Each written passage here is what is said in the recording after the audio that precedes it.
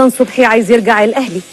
أيوة، رمضان صبحي عنده رغبة قوية جدا جدا جدا للعودة مرة أخرى للأهلي، وبلغ المقربين منه بهذه الرغبة. من جديد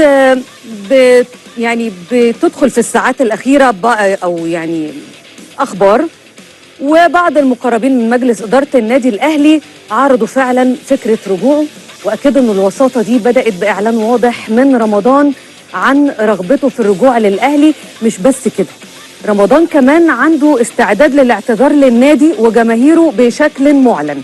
لكن من جديد مجلس إدارة الأهلي أكد رفضه تماما، حتى إنهم ما يناقشوا الفكرة ده مرفوض، وده بسبب خوفهم من غضب الجماهير.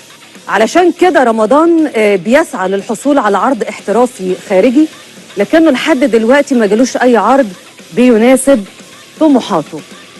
بس عايزه اقول لحضراتكم ان بالرغم من انه الاهلي في معمعه كرويه بكل ما تعنيه الكلمه، فاز بالسوبر امبارح على حساب بيراميدز. عارف، مع الاحترام ليك يا قطه، رمضان صبحي كان فيه وخلص وبعدنا نجيب، وكل عام وانتم بخير. اللي معاه ربنا يمشي على الميه ويمشي على السماء، واللي معاه ابوه وامه واخوه واخته بيقفل الدنيا كلها. هو ده اسبابه، دي اسبابك وخلاص. مفيش احسن من اسباب مفيش اسباب ثانيه غير كده. على الله مفيش احسن من كده. طيب هتدفع الغرامه خلاص وخلص القصه ولا لسه العقوبه؟ استنى كده بس اشوف في جيبي كده في فلوس ولا لا. ما انت اكيد معاك فلوس، ده انت على قلبك قد كده. لا معيش غير 2 جنيه والله. معايا 2 جنيه و5 جنيه هفطر بيهم الصبح على فول طعميه.